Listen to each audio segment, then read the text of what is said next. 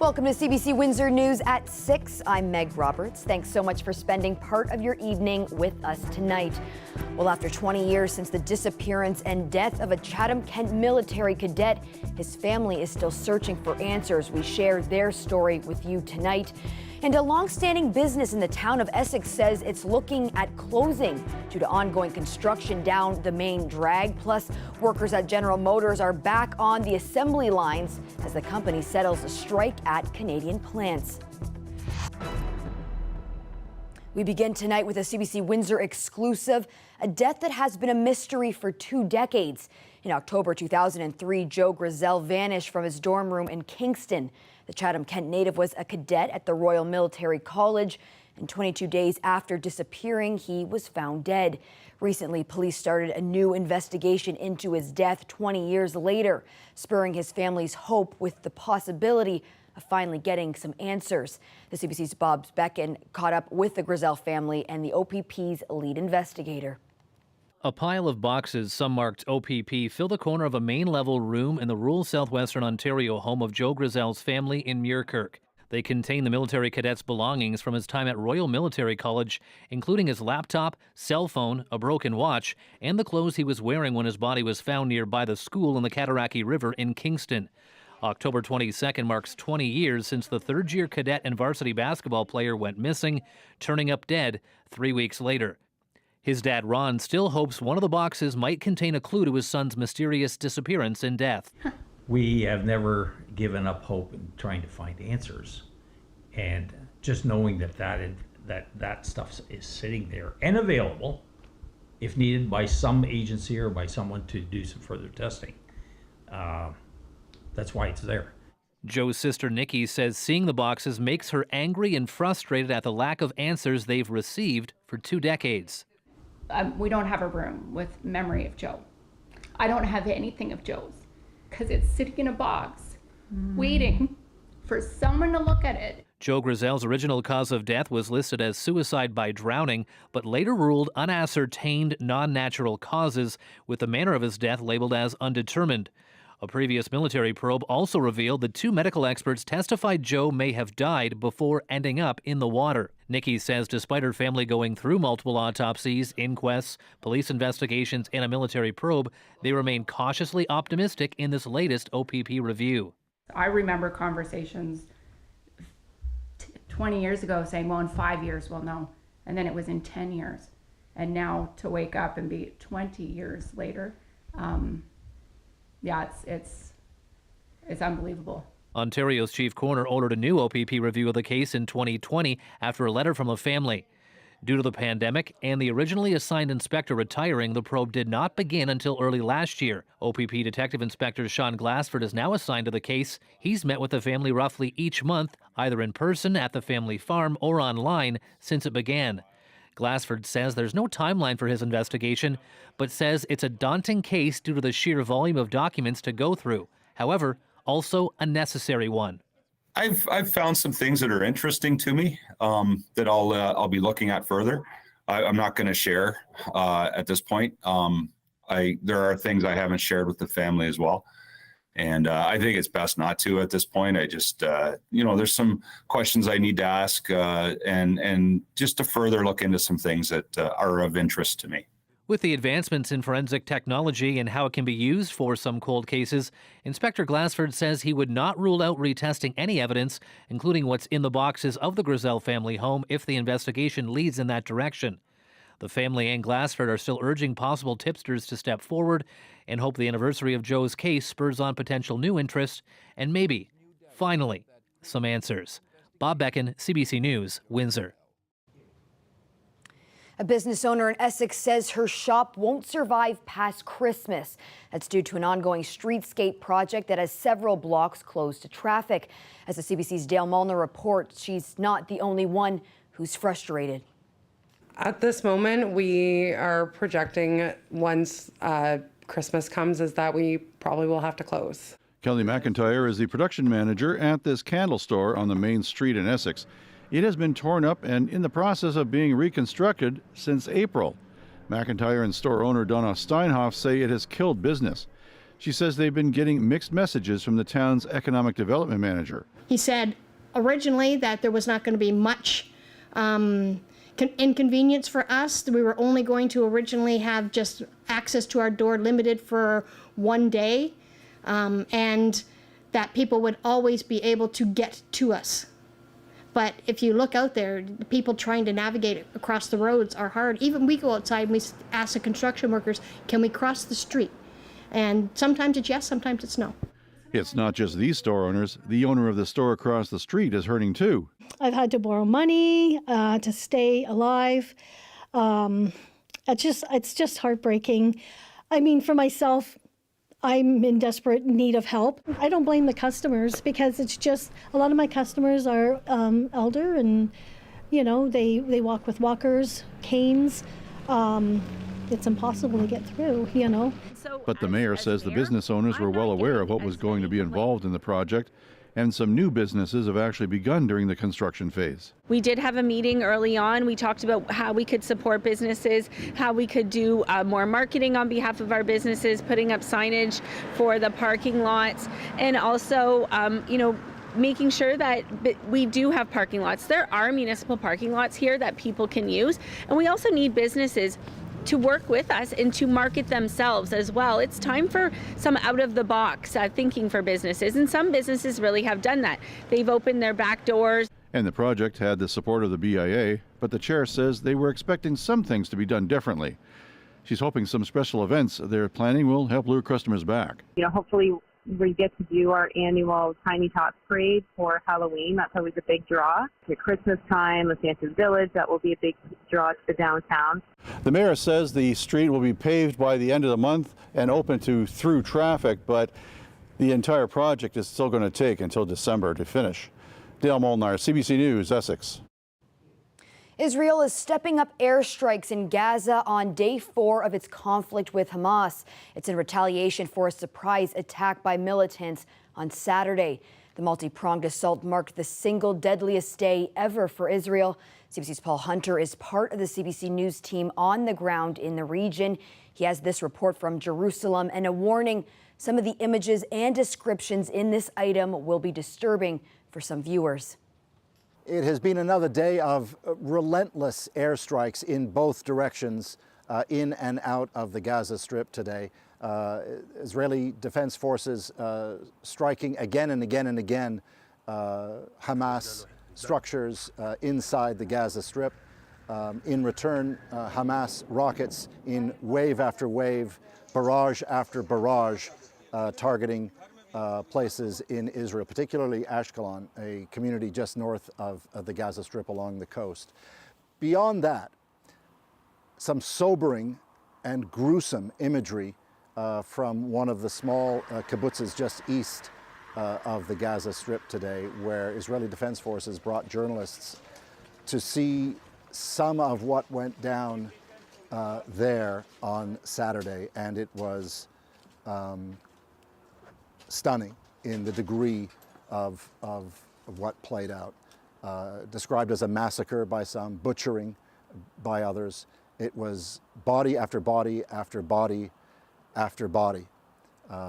Men, women, children, babies, 40 babies found dead, some of them decapitated. Other people had limbs cut off, some were burnt to death. Meanwhile, on the other side of the border in Gaza, misery of a different kind as people woke up today to flattened neighborhoods, mountains of rubble from which they pulled bodies on a day in which the blockade has kicked in fully. No electricity, no fuel, dwindling food supplies, water was cut off, dwindling medical supplies in the hospitals now overrun with people from the airstrikes. It is a horror show on both sides of the border, and as Israel now contemplates whether or not to make a ground attack, the consensus seems to be that this will not be lasting days or weeks, but rather months. Paul Hunter, CBC News, Jerusalem. U.S. President Joe Biden addressed the conflict between Israel and Hamas today from the White House, saying the United States stands firmly on the side of Israel. And we will make sure Israel has what it needs to take care of its citizens, defend itself, and respond to this attack. Biden condemned the attacks by Hamas on Israel and said there is no justification for terrorism. The U.S. president said at least 14 American citizens are among those who died.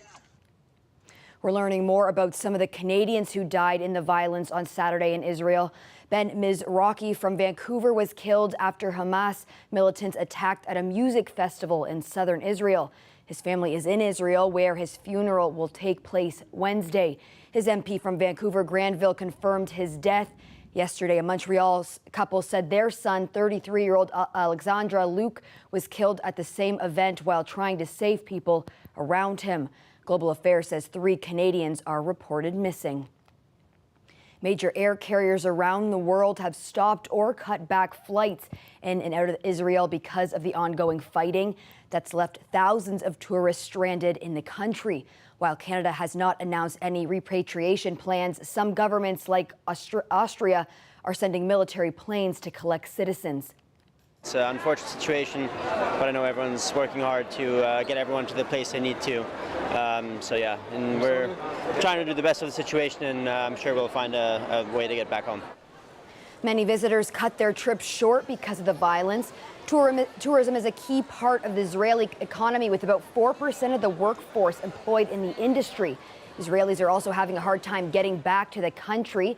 Israel's national carrier is adding more flights to bring military reserve members back from around the world to assist in the country's biggest mobilization in history. The conflict has sparked support from around the world, including here in Windsor. The region's Jewish Federation has planned an event this evening in solidarity with Israel. It's taking place at the Beth El Social Hall. And on Thursday, the Palestinian Solidarity Group at the University of Windsor has planned what they call a day of resistance, a protest for Palestine that will be located at the foot of Riverside Drive and Olette. Now, workers at General Motors who hit the picket lines overnight are back on the assembly lines. The company and Unifor announced a tentative contract agreement earlier this afternoon.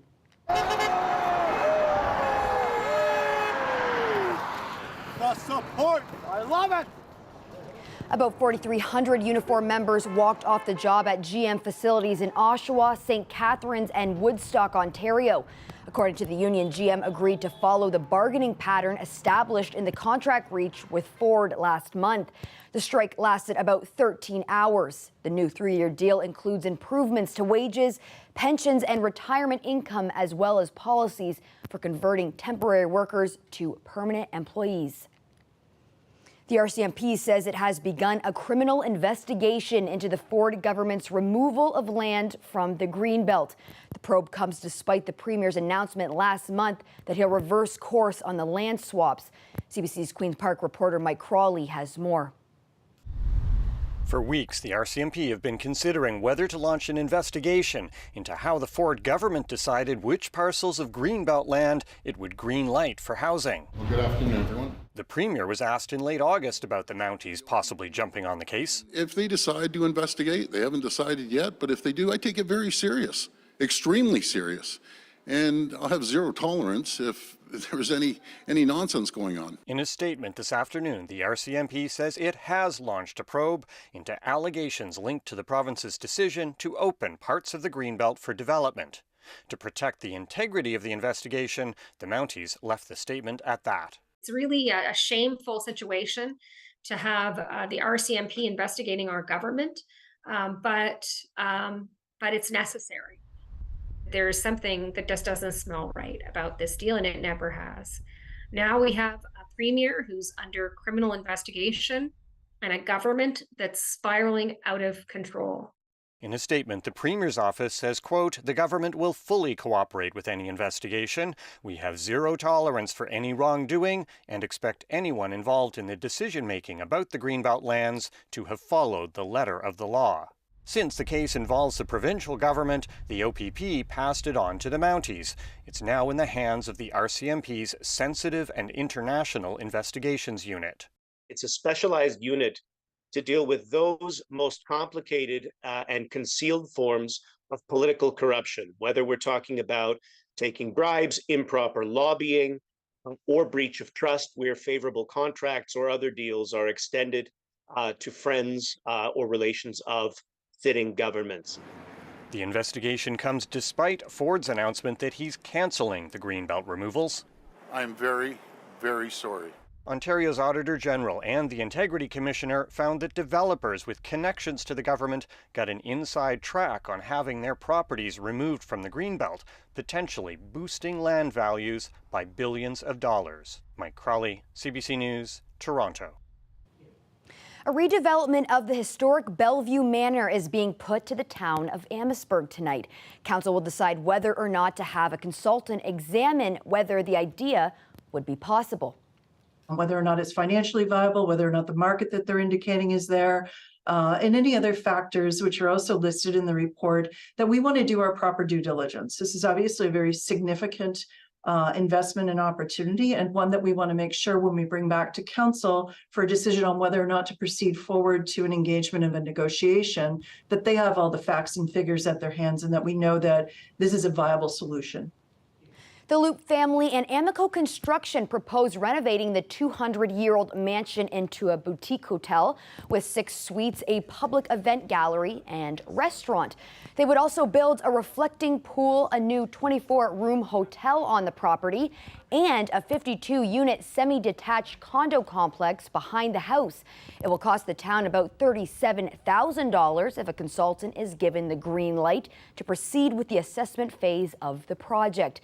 The assessment will take about 3 to 4 months to complete. Well, there's a live look at the tower cam tonight. Overcast and chilly. We have your weather forecast for you as we head into the middle of October.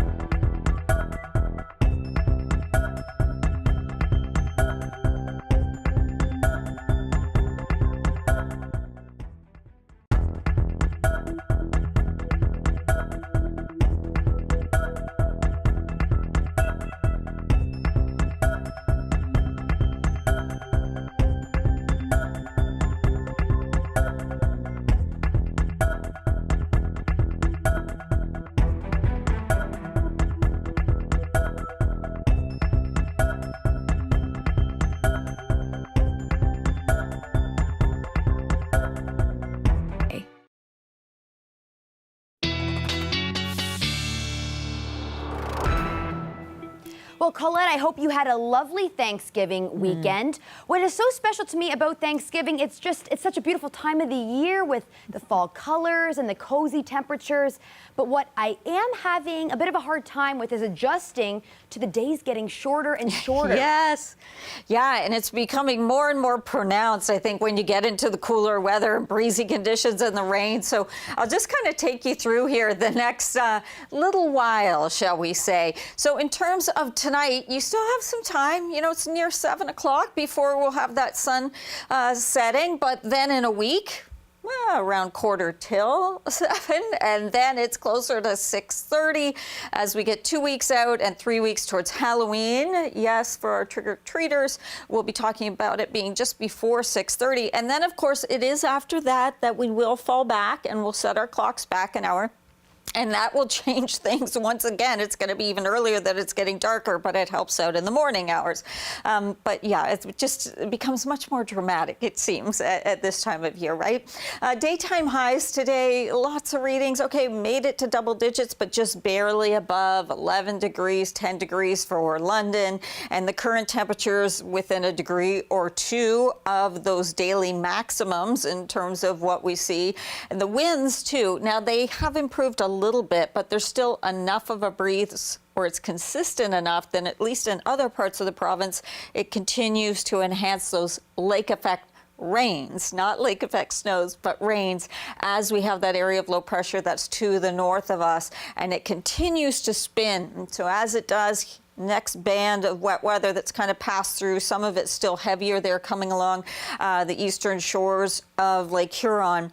And then we're seeing still some intermittent stuff here into southwestern Ontario. Now, once we can kind of kick this out, we get a bit of a breather, but then the scenario is going to start to set up to put us in the line of another system that's going to be coming in for next weekend. So what I'm trying to set up here is that for tomorrow, as we get into, yes, perhaps still some cloud cover tomorrow, but I think we'll get into some sunny breaks diving through here. Enjoy it, enjoy the drier conditions, the winds being a little bit lighter, especially for that second half of the day. It may well be the best day of the week. And the only reason I put that may there as a disclaimer is Thursday is interesting. There is a lot of wet weather that's going to be pushing towards us from a system that's just going to be starting to nose its way, really quite a storm system coming out of the Rockies.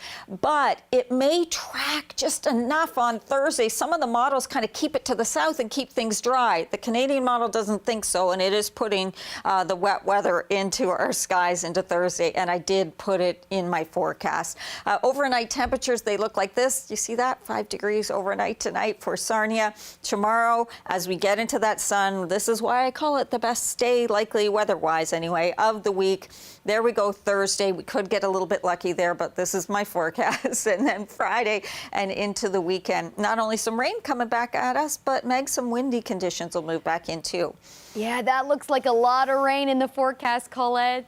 Yeah, it's not continuous. That's the only thing. Okay. Let me just at least say that about it. So you can run inside and then you can run back outside. Yeah, sometimes it comes in waves, right, in bands, but if I don't put it there to let you know it's coming, yeah, then I'm in trouble. Thanks so much, Colette. You're welcome. Have you had a chance to pick out your pumpkins yet? If not, you're going to want to stay tuned until after the break.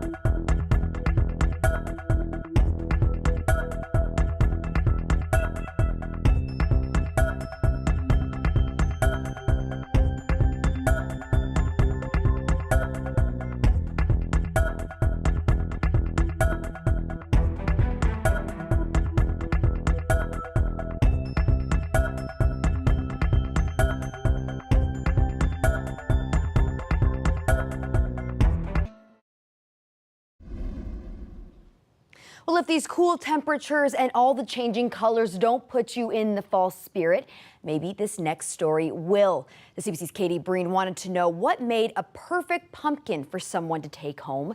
She headed to a farm in St. John's to get some gourd advice. Every single pumpkin is unique, just like you and I. So when you're looking at your pumpkin, first of all, think about what kind of design or carving you want to do. So do you want one that's kind of tall and skinny, or one that's short and wide? And then what color you want too, because there's so many different colors of pumpkins now as well.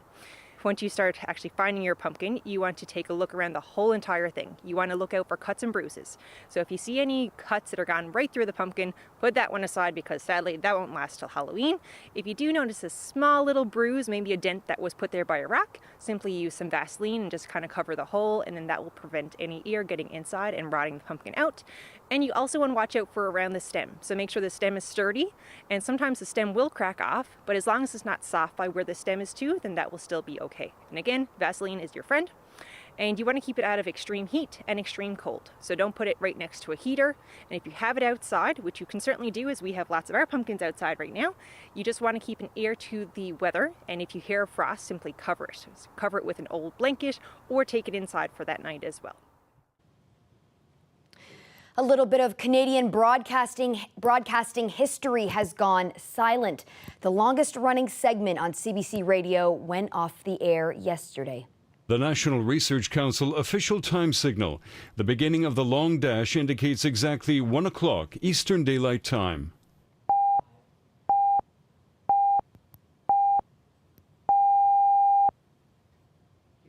The National Research Council time signal was first heard on CBC on November 5th, 1939. It aired every day for 84 years. According to a spokesperson here, the expansion of CBC broadcasting using the internet and satellites can create delays, which led to concerns about the accuracy of the time signal. Well, that's it for CBC Windsor News. Don't forget, for news anytime, you can go to our website at cbc.ca/Windsor. You can also download the CBC News app for stories that matter most to you. And don't forget to watch The National tonight at 9 on CBC News Network, 10 p.m. on the CBC News app, CBC TV, and streaming on CBC Gem and CBC Explore. Thanks so much for tuning in. Looking forward to seeing you back here tomorrow night.